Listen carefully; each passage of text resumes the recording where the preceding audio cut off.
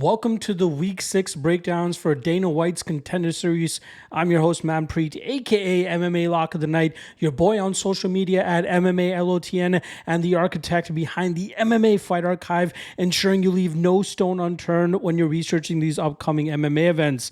That also includes the Contender Series and 17 other promotions from all over the world where we add fighter profiles on a daily basis. We're just about to surpass the 4,300 fighter profile mark, and we have the entire schedule for 2024 posted on there and updating it every single day as new fights get added, removed, or changed.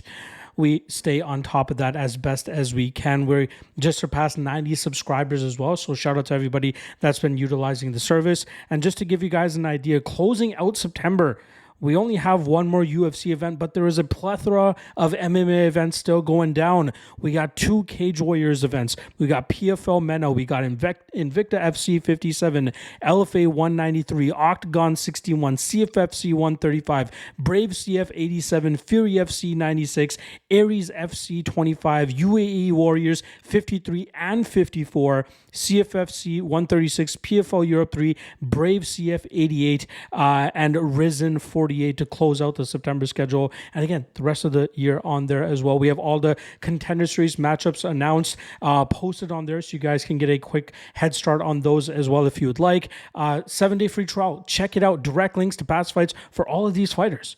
So if you like to study and research on your own, this will save you a boatload of time to ensure you have everything that you need on one page and make things a lot easier for yourself. Like I said, 7-day free trial. Check the link in the description below. Thank me later. All right. Like I said, week 6 going down. Last week, we swept the board with 4 wins. I was hoping that Cody Steele fight would have happened, as my biggest position on the card was with Cody Steele, but we end up having to scratch that ticket with Otani pulling out pretty much mere minutes before the fight was actually supposed to take place. So very unfortunate there. But some solid fights and possible bets on this week 6 card. Very much looking forward to breaking that down for you guys. Like I said, there is no UFC this week, so I quickly want to propose to you guys real quick. I will be doing my MMA Lawcast bonus episode this week for the month, so I am leaving it up to you guys. You let me know which event this week you would like me to cover. I'm giving you guys the choices of Cage Warriors 177, Cage Warriors 178, PFL MENA 3, LFA 193, or OKTAGON 61. I'll put a poll in the, or at least a comment in the comment section below to list those once again for you guys. But please, if you're looking for regional action and want one of those events covered on the YouTube page, I will gladly drop it for you guys. Just vote in the comment section below, and I'll be sure to have that out for you guys in the next couple of days. So please do that. Would greatly be appreciated. All right, let's not waste any more time. Let's get right into the breakdowns. 5 fights for this week 6 of Contender Series. Couple familiar faces, couple new ones. Let's see what we can get to break down for you guys. All right, first fight of the night. Ahmed Hassanzada coming in at -170, going up against Dylan Mantello coming in at +145. Now, both these guys have competed on the Contender Series before. Hassanzada came up short on the 2022 season, where he came up short against Nazim Sadiqov. He followed that up with another loss on the regional scene against a regional veteran, and then has pulled off 2 back-to-back victories on the regional scene. One in Cage Warriors over a guy that's actually headlining Cage Warriors 177, if I'm not mistaken, and then over another 10-5 Georgian fighter. Both of those guys, he was able to finish a TKO and a submission there. He's a very aggressive fighter. Originally out of Afghanistan, has been training with the Team Alpha Male crew, I believe, for about 2 years now, and you can see the improvements in his game. He's very aggressive with his BJJ already, but he's being even more aggressive with his wrestling and his clinching so that he can open up opportunities for him to finish his opponents, whether it's looking for submissions or smashing them with elbows. He does very good in terms of seeking the finish and looking to get his opponents out of there. He's long, he's rangy, has a little bit of flaws in the technical striking game, which have left him open to beginning to get hit by cleaner strikers, but his durability has worked out for him, and he's been able to go out there and bounce back and still pull off victories in fights that he ends up getting hurt in. He's a fun and chaotic prospect. May not be championship level if he ends up making it to the UFC, but still very fun and entertaining. His opponent, Dylan Mantello, on the other hand, not a fighter that I'm excited to see back on the Contender Series. He's a Serra-Longo guy, got absolutely butchered and finished by Kenan Khrushchevsky last year on the Contender Series. He went back to the regional scene and beat nasty Nate Williams, who's a 15-13 journeyman on the regional scene. That was a fight where Mantello was getting busted up, although it did look like he was still landing the better shots from distance and landing more often. He just does not seem to take shots well, optically speaking, as he's easy to bust up and bloody up. But he was able to land a beautiful flying knee and some ground and pound in the second round against Williams to end up getting his hand raised. And that was enough for the UFC to be like, you know what? Let's bring this guy back onto the Contender Series. Both these guys, if they were to make it to a UFC, they'd be lower level guys. Mantello, I don't really understand the big whoop around him. If he can't dictate the pace or make his opponents march backwards, he's going to be having trouble dealing with guys that will provide resistance against him. And that's exactly what he's getting here against Hassanzada. I think we'll see Hassanzada start to walk him down, land big shots. He will be susceptible to getting hit as Mantello is the cleaner striker, but I think we'll see Hassanzada deal with that well, get this fight into the grappling realm, and then eventually find a submission or a TKO of some sort. Around -170, I don't want a shot on Hassanzada, as I do not think that Mantello is that good of a fighter, or at least not worthy of being in the UFC. All right, next up, Atiba Gautier coming in at +125, going up against Yura. Naito coming in at -145. Now, we'll start off on the Gautier side, who trains out of Manchester Top Team, I believe originally out of Cameroon. Big dude. 6'3", I believe, or 6'4", with an 81-inch reach. Very long, very powerful, very explosive, very athletic. Has a ton of power in his hands, which has allowed him to knock out his last 4 opponents. He's on a 4-fight winning streak. The lone defeat on his record was about 2 years ago in a fight where he threw everything and the kitchen sink at his opponent, almost got him out of there, but then mismanaged his gas tank and ended up being grinded out in the final 2 rounds. Obviously, we would hope to see him manage his gas tank a little bit better moving forward, because his explosiveness and power will be very beneficial for him against the guys that he's going to be going up against. He comes from a sambo background, but you often see him leaning on that striking strictly to really batter his opponents and get them out of there. Like I said, explosive, fast, powerful, but we've seen athletic specimens like this guy get worn out by better technical fighters and end up getting finished later on in their matchups. But I love the camp that he's with, and I think that experience of him losing that fight will only help him get better moving forward and possibly help him manage his gas tank. His opponent this weekend is a Japanese fighter coming in with a 6-0 record. He's finished 2 of them by armbar and 3 of them by knockout, although the majority of his fights end up taking place on the mat. His wrestling, I think it's a little bit sketchy at times. The guys that he's been going up against are either low-level guys or decent records, 19-10-4, an opponent that he beat, but that guy was 41 years old when he faced him. The Japanese regional scene mainly seems to be sprinkled with guys that are early on in their careers or guys that are just too old with a good enough record but just don't want to hang it up at that point in time, which is when prospects like Naito are able to go out there and beat those guys. Striking leaves a little bit to be desired, in my opinion. He seems to want to get fights to the ground as soon as he possibly can so that he can get to his BJJ. But I think he might struggle to do that here against Gautier, who's going to be much bigger than him.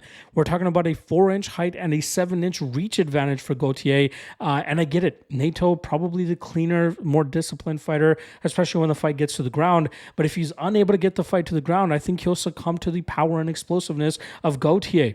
I don't mind an underdog shot here on the Manchester Top Team product, as I do think he'll do a good enough job in terms of keeping this fight upright early, and that should at least help his chances of getting the finish within the first 5 to 7 minutes of this matchup. I'm hoping that he manages his gas tank well enough, even if this fight does end up going the distance. I'm hoping he does a good enough job in terms of, like I said, managing his gas tank so he can keep the fight upright and keep it in a spot where he feels most comfortable, which is where I think he has the striking advantage. So I'm going to go Gautier by knockout.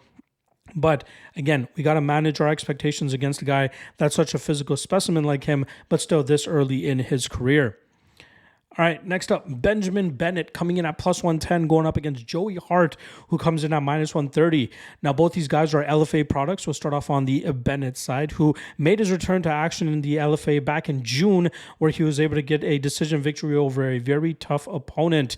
Prior to that, Bennett had gotten knocked out by a knee by current UFC fighter Trey Waters in a fight where he was winning pretty much 14 and a half minutes of that matchup before he gassed out and ended up walking into a big knee from Waters, who was able to knock him out that night.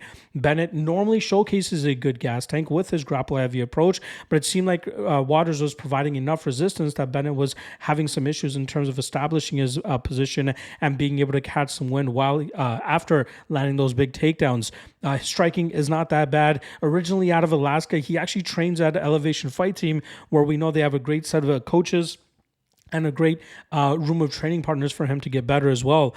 He had an 18-4 amateur run, which is something you don't often see on the American amateur MMA scene, where guys normally only have about 3 to 5 amateur fights before they decide to go pro. But Bennett decided to make the most of that experience, and which has led to him having a pretty good and respectable, I believe, 5-1 record. I think it's slightly better than that as well, but very good record as well.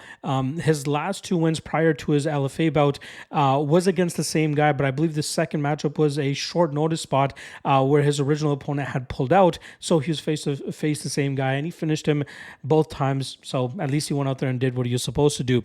His opponent, Joey Hart, is a guy in the last breakdown that I did for him when he fought for LFA. I called him a poor man's Peyton Talbot. Now, I'm not trying to put a ceiling on Joey Hart by any means here. I think it's more so the fact that we haven't seen him fight somebody that's going to truly push him and see what he's actually made of. From what we've been seeing, he's done a good job in terms of keeping fights upright, utilizing his lanky approach to batter opponents from distance, but also showcasing a very nasty Muay Thai clinch where he's landed good elbows and even knocked his last opponent out with a nasty knee up the middle. Trains out of Minnesota. I believe John Castaneda is one of his main training partners as well. Largely likes to throw down from distance, utilizing his striking advantages in most fights, but I don't know if he's really been pushed in all aspects of MMA yet. We did see him get dropped in his last matchup, but it was impressive to see him quickly rebound and get a knockout less than a minute after that occurred. But still, again, you got to question the level of competition he's been doing it against. And you can say the same thing about Benjamin Bennett as well. But I do have to lean Bennett as the dog here, and I do think he's the better overall fighter. If his durability continues to hold up for him and he's able to manage his gas tank a little bit better than he did in the Trey Waters fight, we saw him do so last time around against Iniguez, I think he can really put Joey Hart through the ringer here and make it look pretty dominant with a full mixed martial arts approach. As long as he doesn't allow Hart to get too comfortable at distance and get into his groove, push forward, throw takedowns, shoot takedowns, threaten with takedowns, throw big shots from up top, maybe put a bit of a pace on Hart if he's able to do so.